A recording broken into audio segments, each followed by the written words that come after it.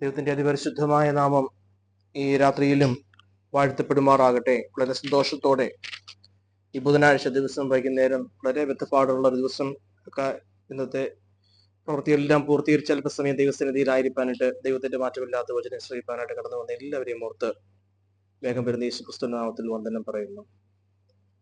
അപ്പസ്തോലനായ വിശുദ്ധ പൗലോസ് റോമിലുണ്ടായിരുന്ന വിശ്വാസികൾക്ക് എഴുതിയ ലേഖനമാണല്ലോ നാം ഈ ആഴ്ചകളായിട്ട് പഠിച്ചുകൊണ്ടിരിക്കുന്നത്. അതിന്റെ ആദ്യ വാക്യങ്ങൾ കഴിഞ്ഞ ആഴ്ചകളിൽ നാം പഠിക്കുവാനായിട്ട് ശ്രമിച്ചു. കഴിഞ്ഞ ആഴ്ചയിൽ നമ്മൾ അതിന്റെ 18 മുതൽ 21 വരെയുള്ള വാക്യങ്ങളാണ് ചിന്തിച്ചത്. 1-ാം അധ്യായം 18 മുതൽ 21 വരെയുള്ള വാക്യങ്ങളാണ് നമ്മൾ കഴിഞ്ഞ ആഴ്ചയിൽ ചിന്തിച്ചത്.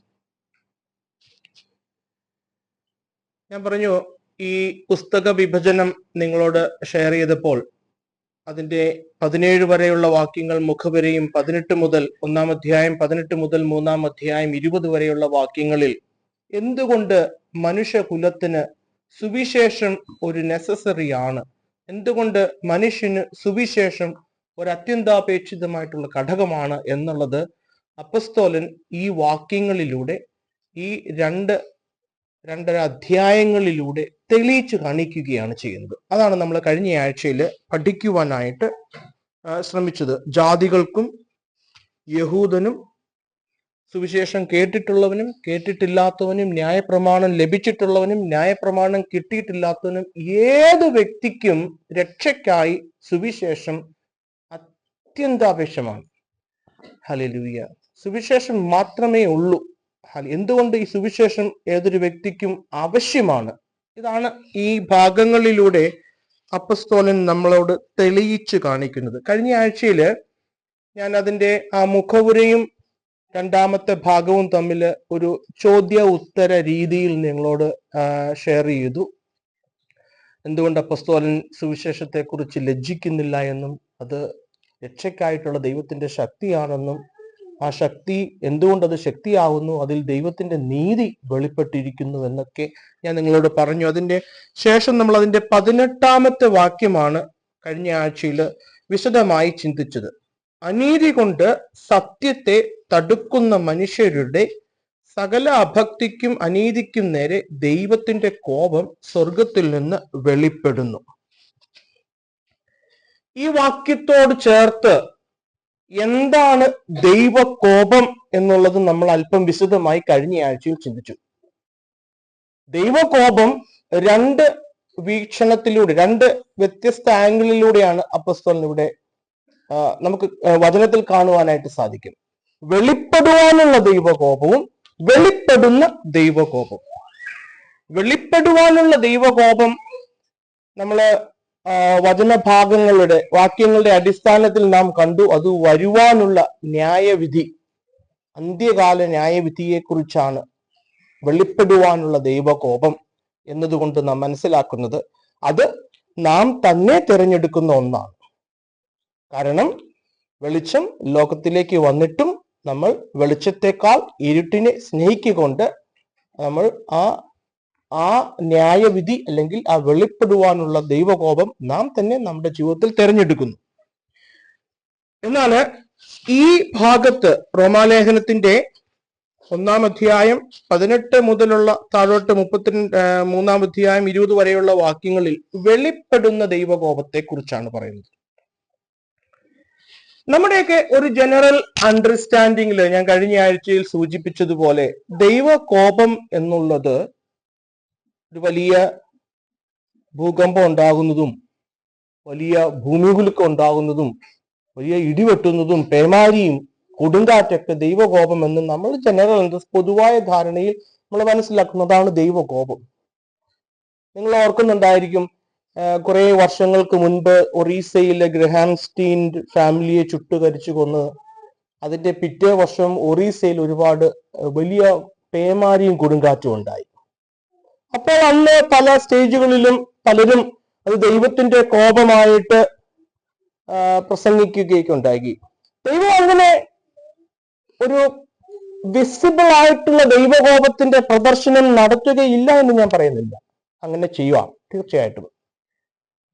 പക്ഷെ എല്ലാം അതങ്ങനെയാണ് എന്ന് നമുക്ക് ചിന്തിക്കുവാനായിട്ട് കഴിയില്ല. കാരണം ഒറീസയുടെ കാര്യം പറഞ്ഞാൽ ഗ്രഹാൻസ്റ്റീൻ മരിച്ച സ്ഥലവും അന്ന് കൊടുങ്കാറ്റ് വന്ന് വന്ന സ്ഥലവും രണ്ടും രണ്ട് സ്ഥലത്താണ്.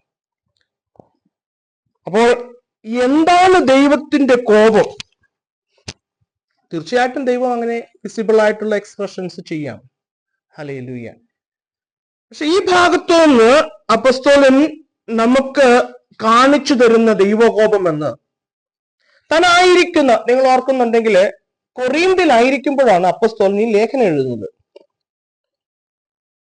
കൊറിന്ത് പട്ടണത്തില് ആ ഗ്രീഷ്യോ റോമൻ കൾച്ചർ വ്യാപിച്ചു കിടക്കുന്ന കൊറിന്ത് പട്ടണം, അല്ലെങ്കിൽ ഈ കൾച്ചർ നിലനിൽക്കുന്ന റോമിലെ പട്ടണങ്ങൾ, റോം എവരിവെയർ ഉണ്ടായിരുന്നു അല്ലേ? അന്നത്തെ കാലത്ത് റോം ആയിരുന്നു എല്ലാം ഭരിച്ചിരുന്നത്. അവര് പോയിരുന്നിടത്തെല്ലാം അവരുടെ ആ കൾച്ചറും അവരുടെ ആ രീതികളൊക്കെ കൊണ്ടുപോയിരുന്നു. അധാർമികതയും ദുഷ്ടതയും അന്ധവിശ്വാസവും അനാശാസ്യവും അങ്ങനെ ഒരുപാട് ദുഷ്ടതകൾ നിറഞ്ഞ ആ ഒരു ആ കൾച്ചറിലേക്ക് കണ്ണോടിച്ചിട്ട് അപ്പോസ്തലൻ പറയുക 1-ാം അധ്യായത്തിന്റെ 18-ൽ, അനീതി കൊണ്ട് സത്യത്തെ തടുക്കുന്ന മനുഷ്യരുടെ സകല അഭക്തിക്കും അനീതിക്കും നേരെ ദൈവത്തിന്റെ കോപം സ്വർഗത്തിൽ നിന്ന് വെളിപ്പെടുന്നു. Wrath of God is being revealed, is revealed. അവിടെ ഒരു പ്രസന്റ് ടെൻസിൽ അത് പറഞ്ഞിരിക്കുന്നു, വെളിപ്പെടുന്നു. അപ്പോൾ എന്ന് വെച്ചാൽ ഇപ്പോൾ വെളിപ്പെട്ടു വരുന്നു. ഹല്ലേലൂയ.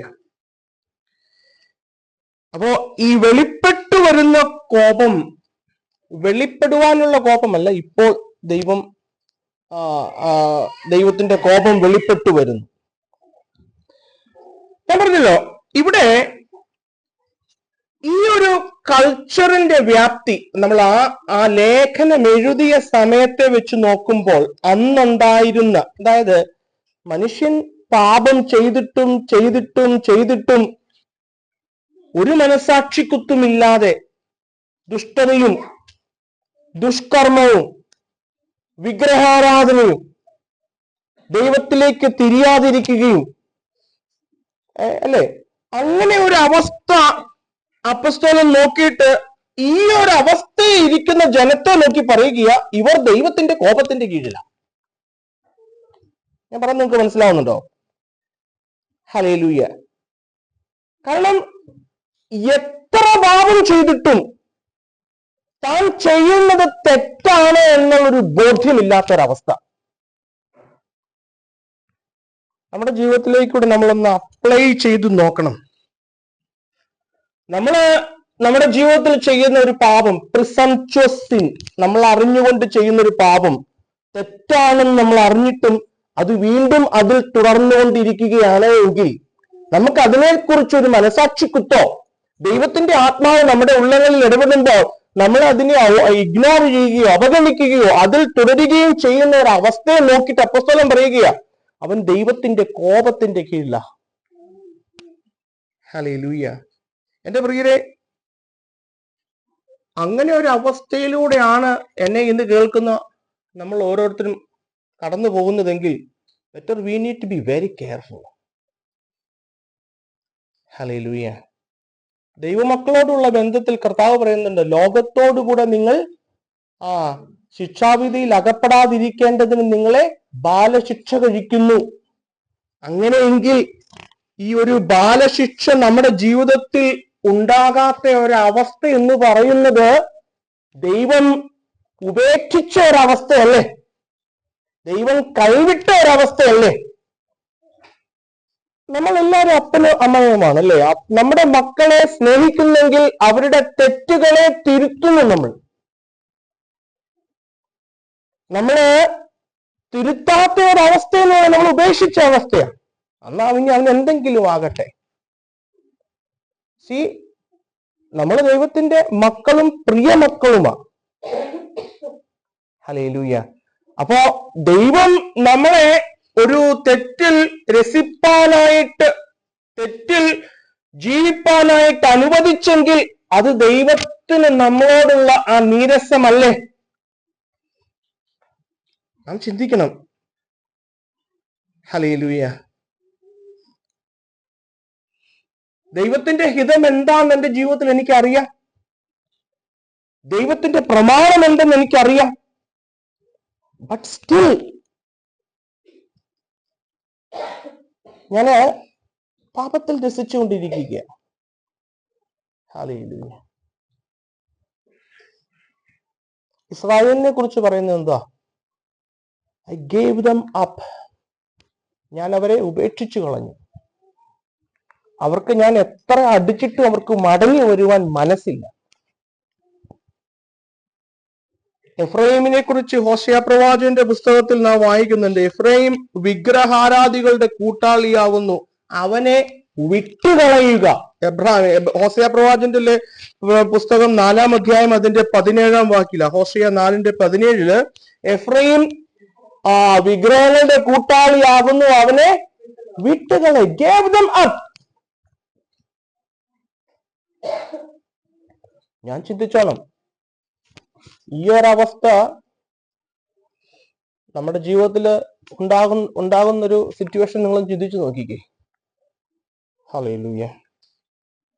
ഞാൻ വേറൊരു വാക്യം കൂടെ നിങ്ങൾക്ക് മനസ്സിലാകാനായിട്ട് വായിക്കാം. സദൃശവാക്യങ്ങൾ ഇംഗ്ലീഷ് ബൈബിളിലുള്ള NIV ബൈബിൾ ഉണ്ട്. NIV സദൃശവാക്യങ്ങൾ 22:14. പ്രൊവർബ്സ് 20-14. അതിന്റെ മലയാളം വായിച്ചാൽ അത്ര നമുക്ക് കൃത്യമായിട്ട് 20-14 NIV ഉള്ളവർ വായിച്ചാൽ കൃത്യമായിട്ട് അതിൽ നമുക്കത് മനസ്സിലാവും.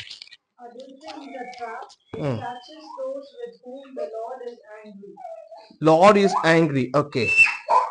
The പരസ്ത്രീ വായ ആഴമുള്ള കുഴിയാകുന്നു, യഹോവയാൽ ത്യജിക്കപ്പെട്ടവൻ അതിൽ വീഴും.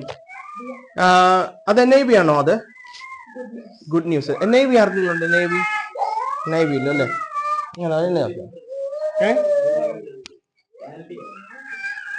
അത് വായിച്ചു. ആ ട്രാൻസ്ലേഷൻ വായിച്ചു. 22:14. The mouth of an immoral woman is a dangerous trap. Those who make the Lord angry will fall into it. See, the mouth of an adulterous woman is a deep pit. A man who is under Lord's wrath falls into it. See, ദൈവത്തിന്റെ കോപത്തിന്റെ കീഴിലുള്ളവർ, see,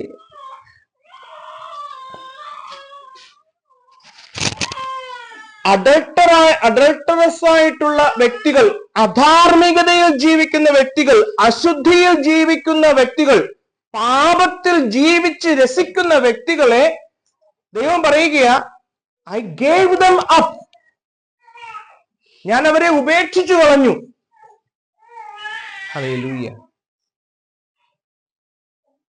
അങ്ങനെയാ നമ്മൾ വചന പുസ്തകത്തിൽ നിന്ന് കാണുന്നത്. I gave them up. എന്റെ പ്രിയരെ, നമ്മൾ മനസ്സിലാക്കേണ്ട ഒരു കാര്യം, we cannot trifle with God's law. നമുക്ക് ദൈവത്തിന്റെ പ്രമാണത്തെ, ദൈവത്തിന്റെ ഹിതത്തെ നമുക്ക് ടാമ്പർ ചെയ്യാൻ പറ്റില്ല. ഞാൻ കഴിഞ്ഞ ആഴ്ച സൂചിപ്പിച്ചു, നിങ്ങൾ ആ വാക്യം ഒന്നും നോക്കിയേ. 24-ാം വാക്യത്തിൽ, അതുകൊണ്ട് 1:24, അതുകൊണ്ട് ദൈവം അവരെ തങ്ങളുടെ ഹൃദയങ്ങളിലെ മോഹങ്ങളിൽ സ്വന്തം ശരീരങ്ങളെ തമ്മിൽ തമ്മിൽ അപമാനിക്കേണ്ടതിന് അശുദ്ധിയിൽ ഏൽപ്പിച്ചു. 28-ാമത്തെ വാക്യത്തിൽ, നികൃഷ്ട ബുദ്ധിയിൽ ഏൽപ്പിച്ചു. അല്ലെ? ഹല്ലേലൂയ. നികൃഷ്ട ബുദ്ധിയിൽ ഏൽപ്പിച്ചു. ഹല്ലേലൂയ.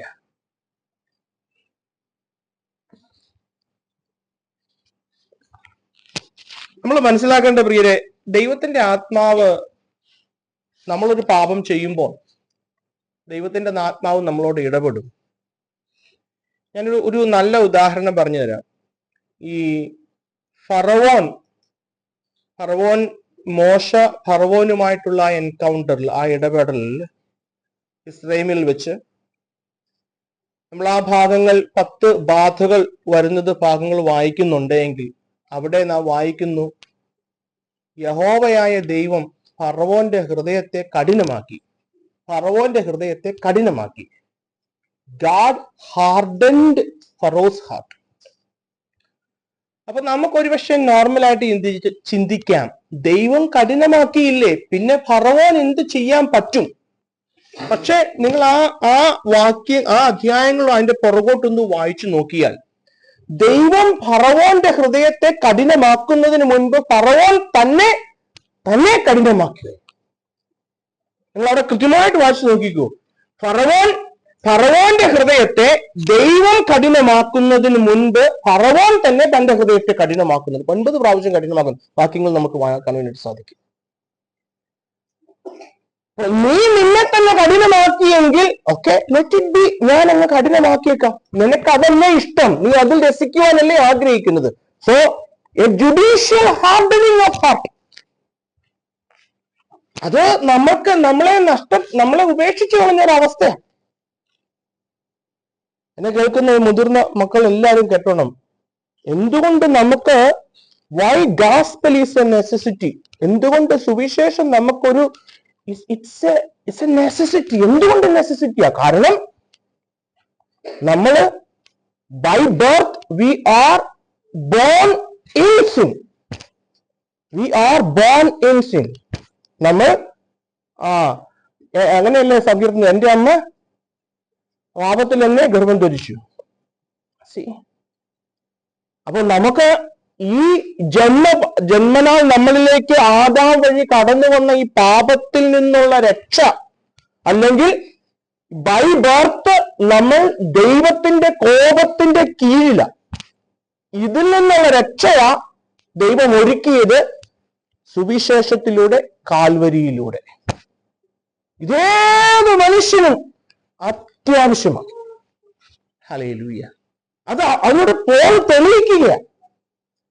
അത് ജാതി ആയിക്കോട്ടെ, യഹൂദനായിക്കോട്ടെ, വലിയ പാപം ചെയ്തവനായിക്കോട്ടെ, ആരായാലും, യഹൂദനായാലും ജാതിയായാലും നല്ല വ്യക്തിയായാലും വലിയ പാപങ്ങൾ ചെയ്യാത്തൊരു വ്യക്തിയായാലും എല്ലാവർക്കും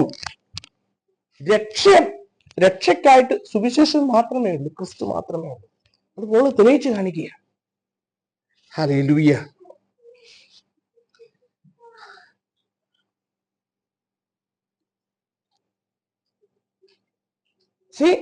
അപ്പോ നമ്മളെല്ലാവരും പാപത്തിന്റെ കീഴില. എന്നിട്ട് പോലും പറയുക, ഈ വെളിപ്പെടുവാനുള്ള ദൈവകോപം, ഇത് ദൈവത്തിന്റെ കോപം അല്ല, വെളിപ്പെടുന്ന ദൈവത്തിന്റെ കോപം എല്ലാവരുടെ മേലും വെളിപ്പെട്ടുകൊണ്ടിരിക്കുകയാണ്. ഹല്ലേലൂയ. പക്ഷെ ഈ ഒരു ഗ്രൂപ്പിനെ നോക്കിയിട്ട് പറയുക, ഇവര്, അതായത് പാപത്തിൽ രസിക്കുന്ന, പാപത്തിൽ സന്തോഷിക്കുന്ന, പാപത്തിൽ ജീവിക്കുന്ന ഒരു ഗ്രൂപ്പിനെ നോക്കിയിട്ട് പറയുക, അവർ ദൈവത്തിന്റെ കോപത്തിന്റെ കീഴില. നമുക്കും ചിലപ്പോഴൊക്കെ ഈ നമ്മുടെ പാപത്തോടുള്ള സെൻസിറ്റിവിറ്റി, ദൈവത്തിന്റെ ആത്മാവ് നമ്മളോട് ഇടപെടുമ്പോൾ നമുക്ക് അതിനോടുള്ള ആ റെസ്പോൺസ് ഇല്ലാതാകും കുറെ കഴിയുമ്പോൾ. അങ്ങനെയാണ് മനസാക്ഷി മരവിച്ചു പോകുക, അല്ലെങ്കിൽ മനസാക്ഷി ഹാർഡൻഡ് ആയിട്ട് പോകുന്നു. ഹല്ലേലൂയ. നമ്മളത് മനസ്സിലാക്കേണ്ട ഒരു കാര്യമാണ്. ഇവിടെ തുടർന്ന് നമ്മൾ അതിന്റെ 21 മുതൽ 24 വരെയുള്ള വാക്യങ്ങൾ ഒന്ന് വിശദമായി പഠിക്കുവാനായിട്ട് ആഗ്രഹിക്കുക. നമുക്ക് ആ ഭാഗം ഒന്ന് വായിക്കാം. ആർക്കെങ്കിലും ഒരാൾക്ക് 21 മുതൽ 24 വരെയുള്ള വാക്യങ്ങൾ വായിക്കാം. Romance chapter 1 21 to 24.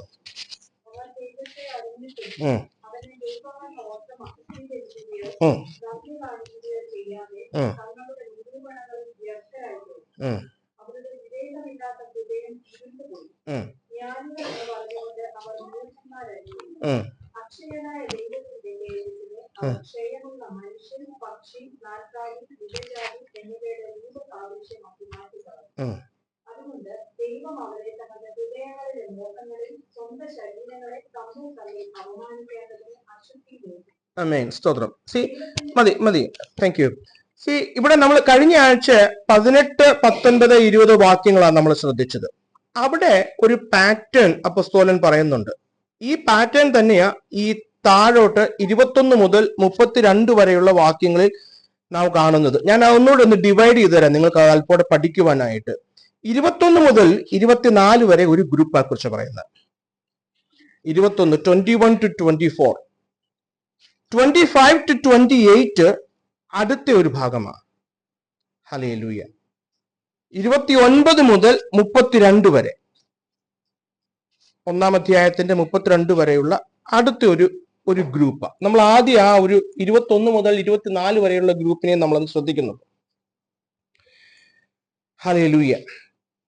ഇവിടെ ഈ 3 ഭാഗത്തും, അതായത് 21 മുതൽ 24 വരെയുള്ള ഭാഗത്തും 25 മുതൽ 28 വരെയുള്ള ഗ്രൂപ്പിലും 29 മുതൽ 32 വരെയുള്ള ഗ്രൂപ്പിലും ഇവരെ കുറിച്ച് അപ്പോസ്തലൻ പറയുമ്പോൾ ഇവർക്കെല്ലാം ദൈവത്തെക്കുറിച്ചുള്ള ഒരു അറിവ് കൊടുത്തിട്ടുണ്ട്. നിങ്ങൾ അതിന്റെ 21 വായിച്ചു നോക്കിക്കേ. 21 അവർ ദൈവത്തെ അറിഞ്ഞിട്ടും. 25-ാമത്തെ വാക്യം ഒന്ന് വായിച്ചു നോക്കിക്കേ. ദൈവത്തിന്റെ സത്യം, അപ്പൊ ദൈവത്തിന്റെ സത്യം അവർക്ക് കൊടുത്തു. They know the truth. 28-ാമത്തെ വാക്യം ഒന്ന് വായിച്ചു നോക്കിക്കേ. ദൈവത്തെ പരിജ്ഞാനത്തിൽ ധരിക്കുവാൻ. അവർ ദൈവത്തെ അറിഞ്ഞു, ദൈവത്തിന്റെ സത്യം അവർക്ക് കൊടുത്തു, ദൈവത്തിന്റെ പരിജ്ഞാനം അവർക്ക് കൊടുത്തു. ഈ മൂന്നുണ്ട്. നോളജ്, അല്ലെ, നോളജ് കൊടുത്തു, അതിന്റെ ട്രൂത്ത് കൊടുത്തു, ആ വിസ്ഡവും അവർക്ക് കൊടുക്കുക. അറിവ്, സത്യം, പരിജ്ഞാനം. ഇത് മൂന്നും ഈ ജനങ്ങൾക്ക്, നിങ്ങൾ അല്പം കൂടെ അതൊന്ന് മനസ്സിലാക്കാനായിട്ട് ഞാൻ പറഞ്ഞല്ലോ, 1-ാം അധ്യായത്തിന്റെ 18 മുതൽ 32 വരെയുള്ള വാക്യങ്ങളിൽ അപ്പോസ്തലൻ തെളിയിക്കുന്നത് ജാതികളിൽ നിന്നും യഹൂദന്മാരിൽ നിന്നും ദുഷ്ടന്മാരായിട്ടുള്ളവർ എന്ന് പറയാം, അല്ലെങ്കിൽ അൺസിവിലൈസ്ഡ് ആയിട്ടുള്ളവർ, ദൈവമില്ലാത്തവർ, ഈ ഒരു ഗ്രൂപ്പിനെ കുറിച്ചാണ് പറയുന്നത്. നിങ്ങളും ദൈവത്തിന്റെ കോപത്തിന്റെ കീഴിലാണ്, നിങ്ങൾക്കും ഈ സുവിശേഷം ഒരു നെസസിറ്റിയാണ്. ഇതാണ് ഈ ഭാഗത്ത് അപ്പോസ്തലൻ തെളിയിക്കുന്നത്.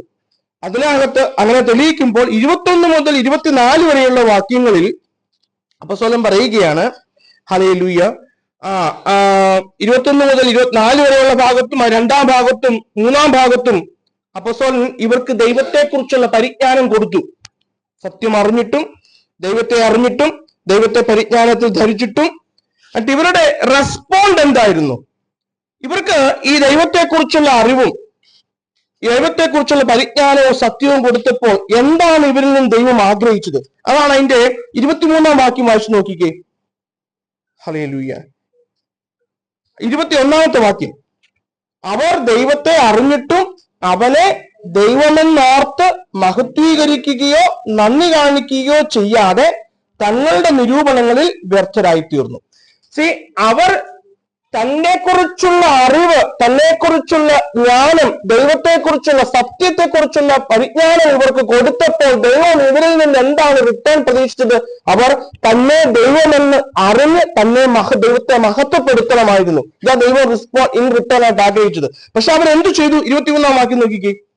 അവർ അക്ഷയനായ ദൈവത്തിന്റെ തേജസ്സിനെ, അവർ ക്ഷയമുള്ള മനുഷ്യൻ, പക്ഷി, നാൽക്കാലി, ഇഴയാതി എന്നിവയുടെ രൂപസാദൃശ്യം ആക്കി മാറ്റിക്കളഞ്ഞു. ഹല്ലേലൂയ. അത് വെച്ചാല് അവർ വിഗ്രഹാരാധനയുടെ പുറകെ പോയി. They were in favour of adultery, അല്ല ഐഡോളറ്ററി, അഡൾട്ടറി അല്ല ഐഡോളറ്ററി എന്ന് വെച്ചാൽ ദൈവം തന്നെ അവർക്ക് വെളിപ്പെടുത്തി കൊടുത്തു. പക്ഷെ അതറിഞ്ഞ് അവർ ദൈവത്തെ മഹത്വീകരിക്കാതെ അവർ ദൈവത്തിന് പകരം വേറെ പലതിനെ കൊണ്ടുവന്ന് ദൈവത്തോട് റിവഞ്ച് എടുക്കുകയാണ് ചെയ്യുന്നത്. ഹല്ലേലൂയ. നിങ്ങൾ അല്പം ശ്രദ്ധയോടെ, എനിക്കറിയാം ഇത് അത്ര ഒരു രസകരമായിട്ടുള്ളൊരു കാര്യമാണ്. കാരണം ഒന്നാമത് നമ്മൾ പാപത്തെ കുറിച്ചാണ് ഡീൽ ചെയ്യുന്നത്. നമുക്ക് അത്ര ഇഷ്ടമുള്ള കാര്യമല്ല സ്വന്തമായിട്ട് നമ്മുടെ പാപങ്ങളെ കുറിച്ച് പറയുമ്പോൾ. കൂടാതെ ഈ ഭാഗം നമ്മൾ പഠിക്കുമ്പോൾ, ഞാൻ ഇത് പഠിപ്പിക്കുമ്പോൾ ഇതിനകത്ത് നമ്മളോടുള്ള ആപ്ലിക്കേഷൻ ഞാൻ പറയാം. അത് അവസാനം പറയുമ്പോൾ നിങ്ങൾക്ക് അതിന്റെ ആ ഒരു ഇമ്പോർട്ടൻസ് മനസ്സിലാവും. ഹല്ലേലൂയ. ഒരു 25-ാമത്തെ വാക്യം നോക്കി. 25-ാമത്തെ വാക്യം, ദൈവത്തിന്റെ സത്യം അവർ വ്യാജമാക്കി കളഞ്ഞു, അല്ലെ? സൃഷ്ടിച്ചവനേക്കാൾ സൃഷ്ടിയെ ഭജിച്ചു ആരാധിച്ചു, അവൻ എന്നേക്കും വാഴ്ത്തപ്പെട്ടവൻ. അവർക്ക് സത്യം കൊടുത്തു, സത്യത്തെ എന്താക്കി കളഞ്ഞു? സത്യത്തെ എന്താക്കി കളഞ്ഞു? വ്യാജമാക്കി കളഞ്ഞു. സത്യമായ ദൈവത്തെ അവർക്ക് കൊടുത്തപ്പോൾ അവരെന്തിനാ കൊണ്ടുവന്നു? അതിനിടയിലേക്ക് എന്തിനെ കൊണ്ടുവന്നു? അതിനിടയിലേക്ക് വിഗ്രഹങ്ങളെ കൊണ്ടുവന്നു. വിഗ്രഹങ്ങൾ എന്താ? വ്യാജമാ, അല്ലെ? സത്യദൈവത്തെ അവർക്ക് അറിയാനായിട്ടുള്ള കൃപ കൊടുത്തിട്ടും അവർ അതിനെ അവഗണിച്ച് ദൈവത്തെ മഹത്വീകരിക്കാതെ അവർ വിഗ്രഹങ്ങളെ അതിനിടയിലേക്ക്, സത്യത്തെ അവർ വ്യാജമാക്കി മാറ്റിക്കളഞ്ഞു. അതവിടെ പൗലോസ് അപ്പോസ്തലൻ 25-ാമത്തെ വാക്യത്തിൽ പറയുന്നത്. ഹല്ലേലൂയ. ഇത് അവരോട് ദൈവം എങ്ങനെ ഇടപെടുന്നു എന്നുള്ളത് 21 മുതൽ 24 വരെയുള്ള വാക്യങ്ങൾ നമ്മൾ വിശദമായിട്ട് ചിന്തിക്കുമ്പോൾ മനസ്സിലാവും.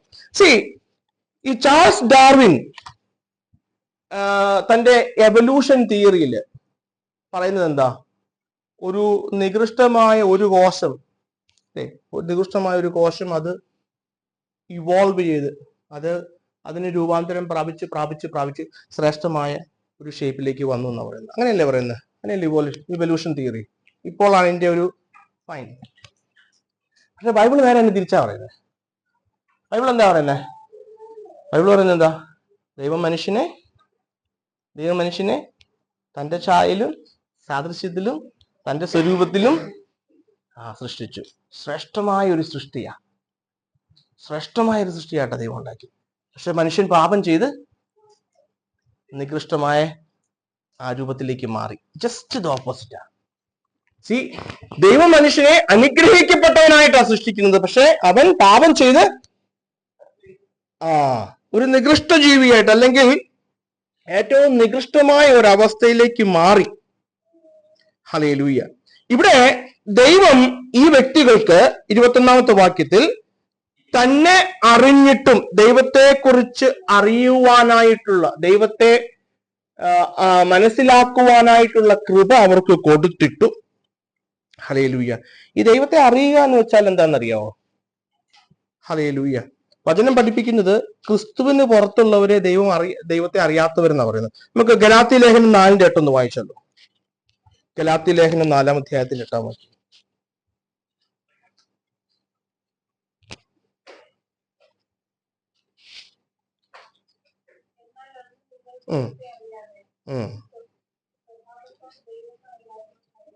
അതായത് അന്ന് നിങ്ങളെന്ന് ഉദ്ദേശിക്കുന്നത് ആ രക്ഷയിലേക്ക്, കർത്താവുമായിട്ടുള്ള ബന്ധത്തിലേക്ക് വരാത്ത ഒരു സമയത്ത് നിങ്ങൾ ദൈവത്തെ അറിയാത്തവരായിരുന്നു എന്നാ പറയുന്നത്.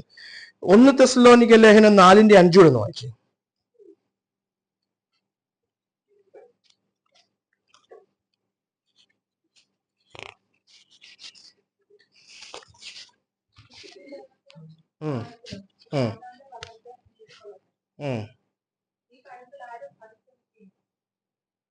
ഏതാ?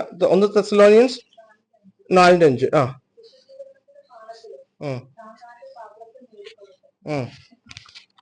അടുത്ത വായിച്ച അടുത്ത.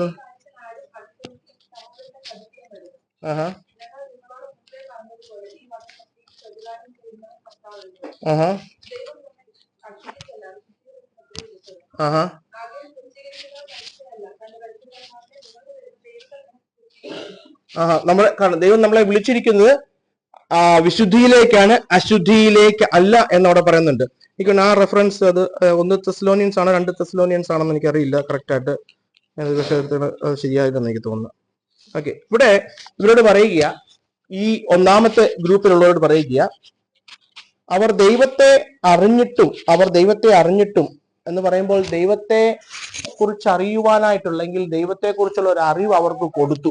അതായത് ഞാൻ കഴിഞ്ഞ ആഴ്ച നിങ്ങളോട് പറഞ്ഞല്ലോ, ഈ ദൈവം തന്നെ അവർക്ക് വെളിപ്പെടുത്തിയിരിക്കുന്നത് അവരെ ശിക്ഷാവിധിക്കായിട്ട്, അല്ലെങ്കിൽ ജനറൽ ആയിട്ടുള്ള ദൈവത്തെക്കുറിച്ചുള്ള ഒരു ജനറൽ അണ്ടർസ്റ്റാൻഡിങ് ആ കൊടുത്തിരിക്കുന്നത്. നിങ്ങൾ ആ 20-ാമത്തെ വാക്യം നോക്കിക്കേ. അവന്റെ നിത്യലക്ഷണങ്ങൾ ലോക സൃഷ്ടി മുതൽ, കാരണം ദൈവത്തെക്കുറിച്ചുള്ള അറിവ് ലോക സൃഷ്ടിയിലൂടെ അവർക്ക് കൊടുക്കുന്നു. അവന്റെ പ്രവർത്തികൾ നിങ്ങൾ ഓർക്കുന്നു, ഞാൻ അപ്പസ്തോല പ്രവർത്തികൾ എന്നൊരു വാക്യം എടുത്ത് പറഞ്ഞിരുന്നു. ലോക സൃഷ്ടി മുതൽ എന്ന് പറയുമ്പോൾ നിങ്ങൾ സങ്കീർത്തനം 19-ാം അധ്യായത്തിൽ 1 മുതൽ 6 വരെയുള്ള വാക്യങ്ങളിൽ ഈ ലോകത്തിലെ സൃഷ്ടിയിലേക്ക് നോക്കിയാൽ, യൂണിവേഴ്സിലേക്ക് നോക്കിയാൽ ദൈവമാണെന്നുള്ള സത്യത്തെക്കുറിച്ചുള്ള ഒരു പരിജ്ഞാനം എല്ലാ മനുഷ്യർക്കും ദൈവം കൊടുക്കുന്നുണ്ട്. കൂടാതെ അവന്റെ പ്രവൃത്തികൾ, നമ്മുടെ ജീവിതത്തിൽ ദൈവം ഇടപെടുന്നത്, നമ്മുടെ ജീവിതത്തിൽ നമ്മളെ ആശ്വാസമായിട്ട് സഹായമായിട്ട് ദൈവം നമ്മുടെ ജീവിതത്തിൽ ഇടപെടുന്നതും അതും നമുക്ക് ദൈവത്തെക്കുറിച്ചുള്ള അറിവാണ് തരുന്നത്, അല്ലെ? ലോക സൃഷ്ടിയിലൂടെയും അവന്റെ പ്രവൃത്തിയിലൂടെയും ദൈവം നമുക്ക് അവന്റെ ഒരു പൊതുവായ അറിവ് നമുക്ക് നൽകുന്നുണ്ട്. അതാ ഇവിടെ പറയുന്നത്, അവരറിഞ്ഞു എന്ന് പറയുന്നത്. അല്ലാണ്ട് രക്ഷയ്ക്കായിട്ടുള്ള ഒരു അറിവല്ല, അവര് ദൈവത്തെക്കുറിച്ച് അറിഞ്ഞു. ഇപ്പൊ ഈ ഭാഗമൊക്കെ നമ്മൾ നോക്കുമ്പോൾ, ഈ സാധാരണ ഈ കുരുട്ട് ചോദിക്കുന്ന ഒരു ചോദ്യമാണ്, ബ്രദറെ, ഇങ്ങനെ സുവിശേഷം ഒന്നും കേൾക്കാത്ത ആൾക്കാരെ, അല്ലെങ്കിൽ രക്ഷയെക്കുറിച്ച് അല്ലെങ്കിൽ കർത്താവിനെ കുറിച്ച് കേൾക്കാത്തവരെ ദൈവം എങ്ങനെ ന്യായം വിധിക്കുന്നത്? ചോദ്യം എനിക്കറിയത്തില്ല, നിങ്ങൾ എന്നോട് ചോദിച്ചിട്ടുണ്ട്. അപ്പം ശരിക്കും ഈ ഭാഗം നമ്മൾ പഠിക്കുമ്പോൾ നമുക്ക് മനസ്സിലാവുന്നത് ഇവരുടെ കുറ്റം സുവിശേഷം കേട്ടില്ല എന്നുള്ളതല്ല. ഇവരുടെ കുറ്റം ഇവർ കേട്ട പരിജ്ഞാനത്തോട് റെസ്പോണ്ട് ചെയ്തില്ല എന്നുള്ള. ഞാൻ പറഞ്ഞു മനസ്സിലായോ? ഇവർക്ക് ദൈവം ഒരു അറിവ് കൊടുത്തല്ലോ, ഒരു പൊതുവായിട്ടുള്ള അറിവ് കൊടുത്തല്ലോ, അതിനോട് നിങ്ങൾ റെസ്പോണ്ട് ചെയ്തോ. അവരുടെ കുറ്റം സുവിശേഷം കേട്ടില്ല എന്നുള്ളതല്ല, ദൈവത്തെക്കുറിച്ച് അറിയാനുള്ള ഒരു ജനറലായിട്ടുള്ള ഒരു പരിജ്ഞാനം ദൈവം അവർക്ക് കൊടുത്തു, പക്ഷെ അതിനോട് നിങ്ങൾ അവരെ റെസ്പോണ്ട് ചെയ്തു എന്നുള്ളതാണ്. അതാണ് അവരെ ശിക്ഷിക്കാൻ, ന്യായം വിധിക്കാനായിട്ടുള്ള. അതുകൊണ്ടാണ് ദൈവം ഈ ലോകത്തിലെ ദൈവം നീതിമാനായ ന്യായകർത്താവായിട്ടിരിക്കുന്നത്. ന്യായം വിധിക്കാനായിട്ടുള്ള അറിവൊക്കെ അവർക്ക് കൊടുത്തിട്ടുണ്ട്. അതുകൊണ്ടാണ് നമ്മൾ സുവിശേഷം പറയണമെന്ന് പറയുന്നത്.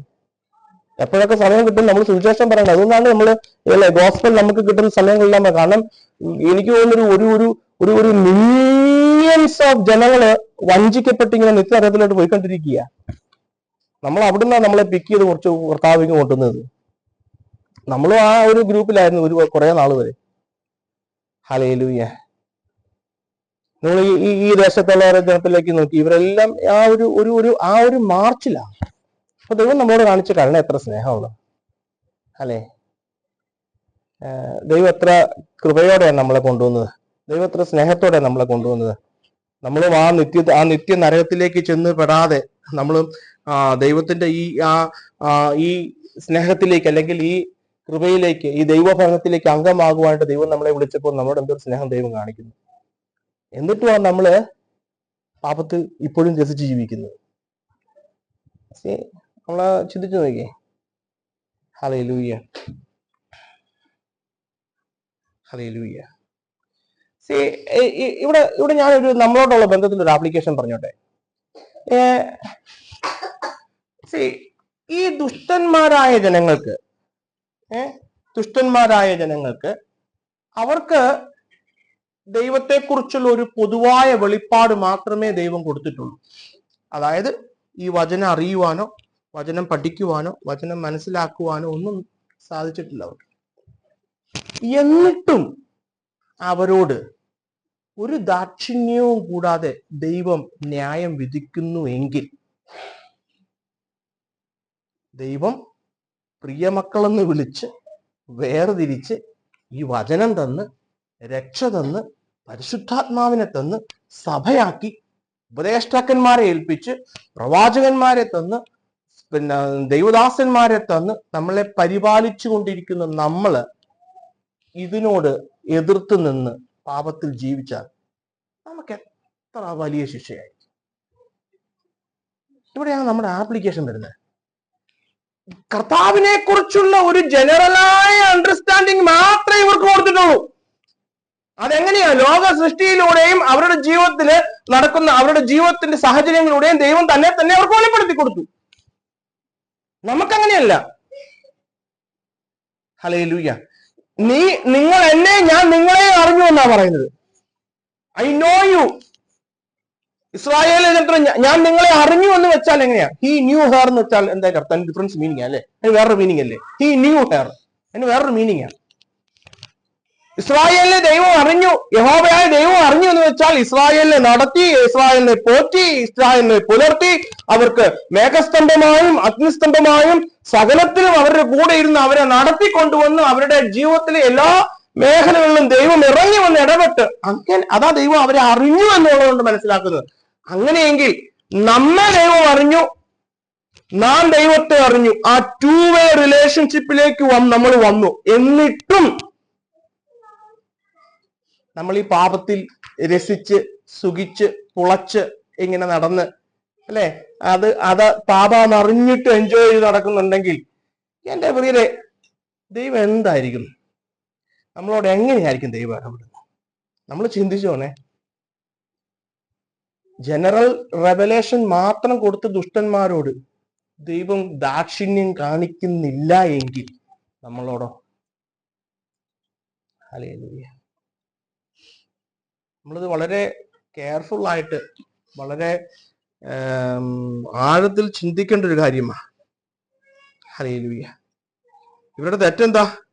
ദൈവത്തെ അറിഞ്ഞിട്ടും ഇവർ ദൈവം എന്നോർത്ത് ദൈവത്തെ മഹത്വപ്പെടുത്തുന്നതും നന്ദി കാണിക്കുകയും ചെയ്യണമായിരുന്നു. പക്ഷെ അവരെന്ത് ചെയ്തു? അവരുടെ നിരൂപണങ്ങൾ, അവരുടെ ചിന്ത, അവരുടെ ലോജിക്കിനനുസരിച്ച് അവർ പോയി. അവരെന്തായി? അവരുടെ ഹൃദയം ഇരുണ്ടുപോയി. ജ്ഞാനികൾ എന്ന് പറഞ്ഞുകൊണ്ട് അവർ മൂഢരായിപ്പോയി. നമ്മുടെ ജീവിതത്തിലോ പലപ്പോഴും നമ്മുടെ ആവശ്യങ്ങൾക്ക് വേണ്ടി, നമ്മുടെ പേഴ്സണൽ ഇൻട്രസ്റ്റിന് വേണ്ടി വചനത്തെ വളച്ചൊടിക്കുമ്പോൾ what are we doing it?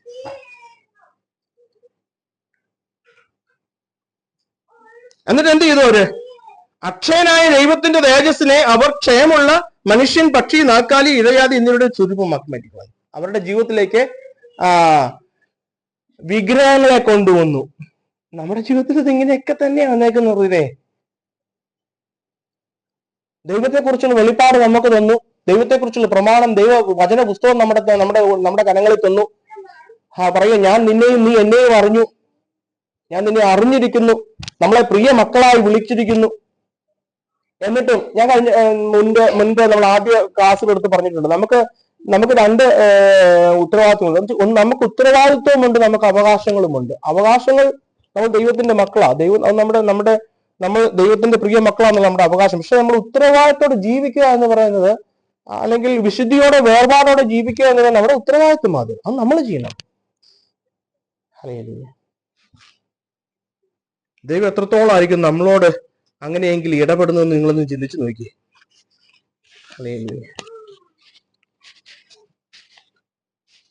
നമ്മളെ സംബന്ധിച്ചിടത്തോളം ദൈവം നമുക്കൊരു ജനറൽ അണ്ടർസ്റ്റാൻഡിങ് അല്ലെങ്കിൽ പൊതുവായിട്ടുള്ള ഒരു അറിവല്ലെന്ന്. ദൈവം നമുക്ക് രക്ഷയ്ക്കായിട്ടുള്ള അറിവ്. God revealed A revelation of salvation, അല്ലെ? ഒരു രക്ഷിക്കുന്ന അറിവ്, വെളിപ്പാടാണ് നമുക്ക് തന്നത്. ഹല്ലേലൂയ. മത്തായി സുവിശേഷം 7-ാം അധ്യായത്തില് നമ്മൾ വായിക്കുന്നുണ്ട്, ഒരു ഗ്രൂപ്പിനെ കുറിച്ച് നോക്കിയിട്ട് പറയുന്നുണ്ട്. ഞാൻ നിങ്ങളെ ഒന്ന് വായിച്ചാലോ നമുക്ക്? മത്തായി സുവിശേഷം 7-ാം അധ്യായത്തിന്റെ അതിന്റെ 23-ാമത്തെ വാക്യം.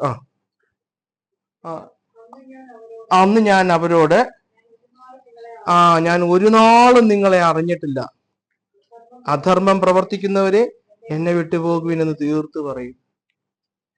ഞാന് ഒരുപാട് പ്രാർത്ഥിച്ചു, ഞാൻ ഒരുപാട് പ്രവർത്തിച്ചു, ഞാൻ ഒരുപാട് സഭയുടെ പ്രവർത്തനങ്ങളിലൊക്കെ ഭയങ്കര വ്യാപൃതനായിരുന്നു, ഒരുപാട് ദാനധർമ്മങ്ങൾ ചെയ്തു, ഒരുപാട് മിഷൻ പ്രവർത്തനങ്ങൾ ചെയ്തു, ദൈവത്തിന് വേണ്ടി ഒരുപാട് ഓടി.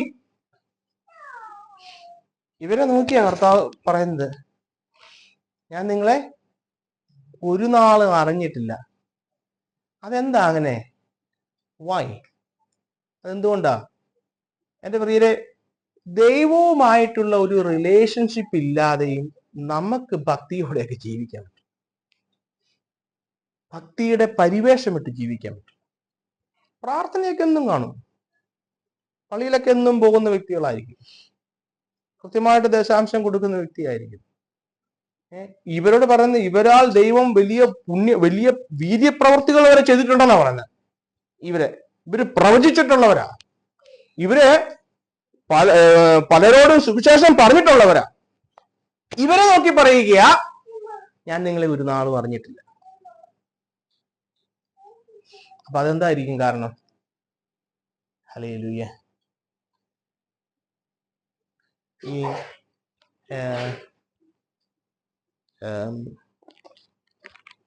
സോങ് ഓഫ് സോളമനകത്ത് ഒരു വാക്യമുണ്ട്, ഞാൻ ഞങ്ങളുടെ ചർച്ചിൽ കഴിഞ്ഞ ദിവസം പ്രബോധിപ്പിച്ചതാ. ഞാനിപ്പോ അത് എൻ്റെ വേഗം നിന്റെ ഓർമ്മയിലേക്ക് വന്നു. ഉത്തമഗീതം 1-ാം അധ്യായം അതിന്റെ 6-ാം വാക്യം, അതിന്റെ 2-ാം ഭാഗം ഒന്ന് വായിച്ചു നോക്കി. ഉത്തമഗീതം 1-ാം അധ്യായം, song of songs chapter 1 verse 6, second close.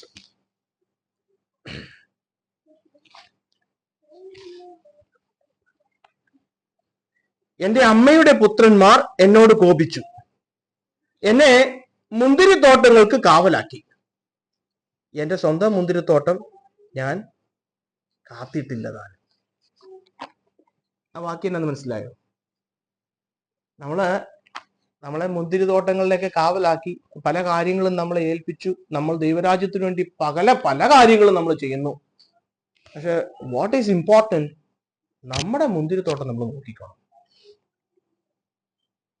God is concerned about you, not about what you did.